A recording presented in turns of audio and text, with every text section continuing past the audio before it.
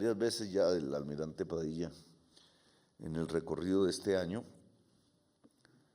Lo hicimos allá en Cartagena, en Riohacha, después en la tierra de él, el Guajiro.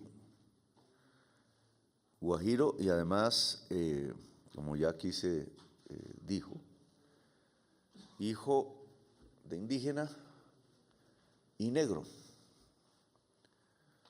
Alguien alrededor de los últimos debates suscitados sobre el movimiento indígena dijo no, que los indígenas no habían ayudado en la construcción de la libertad y del nacimiento de la República de Colombia.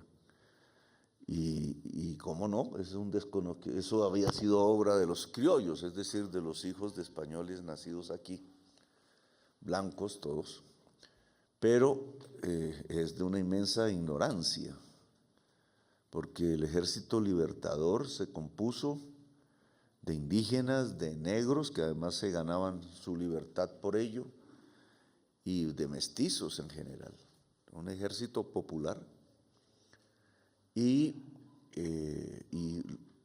la persona que hoy es objeto de esta ley de honores, pues es en sí mismo un negro y un indígena.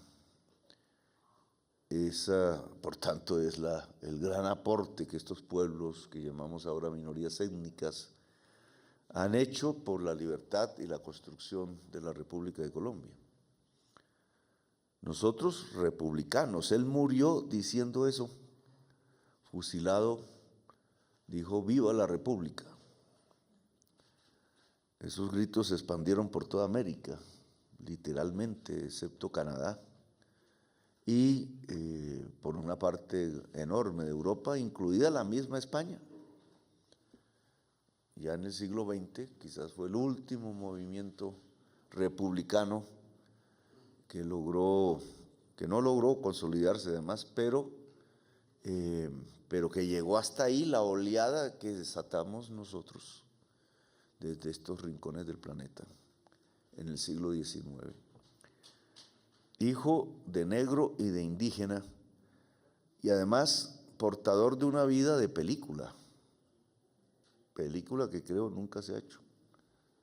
No sé si me equivoqué, porque una de las vertientes del arte del cine, de los audiovisuales, como ahora se llama, es la historia misma de Colombia. Hay muchas facetas de la historia colombiana bien que merecerían la posibilidad de ser llevadas al público actual a través del cine, del documental. Y nosotros hemos abandonado la historia. Ni siquiera se dicta en los colegios, en su inmensa mayoría. Por alguna razón que yo desconozco, quitaron la cátedra en algún gobierno anterior. Se ha vuelto a constituir a partir del gobierno de Santos y nosotros la volvimos ley, la necesidad de la historia, de conocer la historia en todos los colegios de Colombia, y la ministra de Educación tiene la función de que eso se vuelva realidad, no solamente ley, sino que efectivamente se contraten maestros y maestras que enseñen la cátedra de la historia a nuestros niños y niñas, y se pueda entender por qué somos lo que somos, para bien y para mal. El almirante en esa vida de película fue puesto preso. Él, allá en las playas de Riohacha, pues, tuvo contacto con el mar, se convirtió en un hombre de mar, aprendió a navegarlo, pero en sus luchas terminó en una de las grandes batallas del mundo, la batalla de Trafalgar, si no estoy mal, enfrentándose al almirante Wellington, se llamaba Wellington. ¿Sí es? Fue el almirante Nelson en aquel entonces, y fue puesto preso por los ingleses y fue a parar a las mazmorras allá. Allá duró creo que 5 años aproximadamente y regresó a Colombia. Había pasado por Colombia, no se llamaba aún así, Colombia. Había pasado por todo el escenario de esas batallas, sus conocimientos indudablemente aumentaron. Quizás en la cárcel se hizo rebelde, quizás cuando llegó aquí en una playa, por allí se encontró coincidencialmente con Bolívar. Y Bolívar, viendo el antecedente y la experiencia de Marino, pues le pidió que lo ayudara a hacer una revolución. Y José Prudencio partió hacia esas tareas en ese entonces, en esa generación que creó la independencia y las repúblicas, incluida la nuestra. Bolívar lo recogió, lo volvió hombre de mar, militar, y luchó.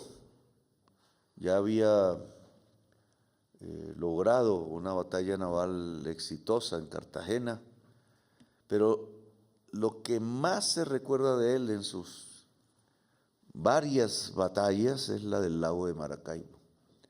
La batalla del lago de Maracaibo tiene una importancia crucial, y esto también tiene que ver con este debate ahora sobre el movimiento indígena, porque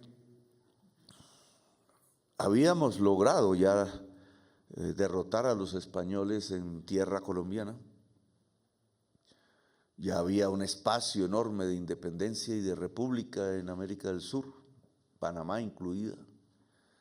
Y venía un segundo ejército de reconquista de España. Iba a repetirse la historia que había acontecido antes. Venía la reconquista española, era un inmenso ejército cuya finalidad era derrotar a los patriotas y recuperar el territorio que habían perdido y volvernos de nuevo colonias, sin independencia, sin libertad. Y es el gran almirante hoy, José Prudencio Padilla, el que llega ya a Maracaibo, hace una acción audaz, incluso transportando los barcos por tierra para ponerlos en la retaguardia de la flota española, y destruye la flota española.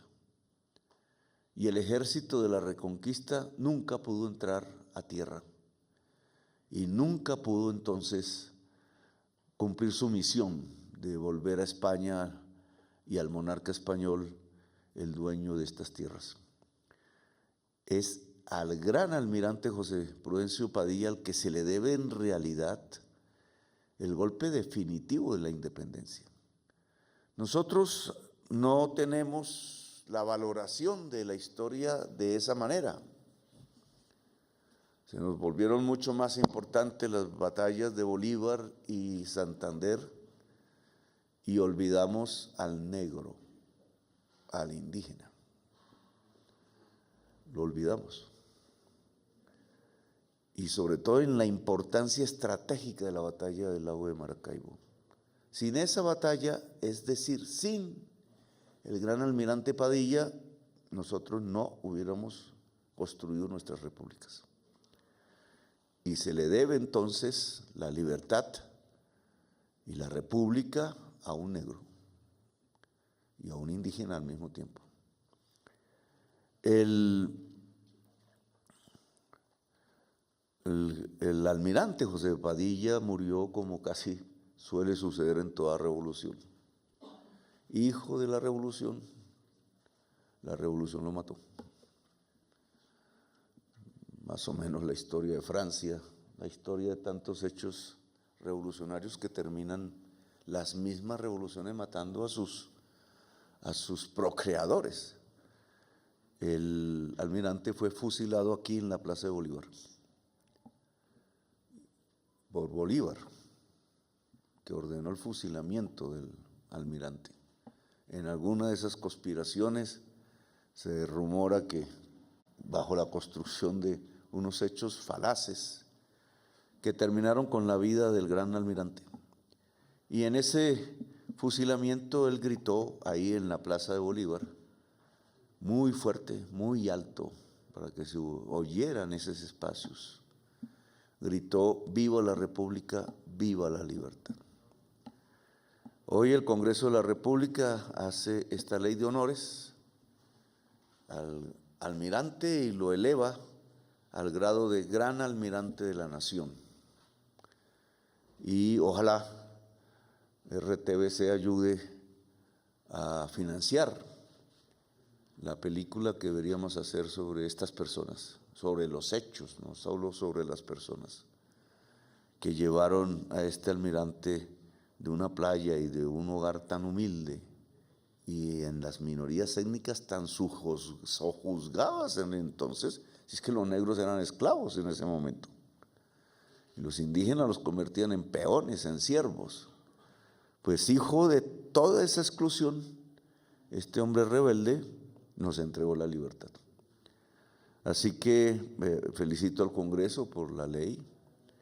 Hemos firmado y con este acto formal, ojalá podamos ver en las pantallas, que ahora son las pantallas de televisión que los de cine, la vida de este hombre, la vida grande, difícil, hermosa, diría yo, de un militar del mar, el gran almirante José Padilla López. Gracias por haberme escuchado, muy amables.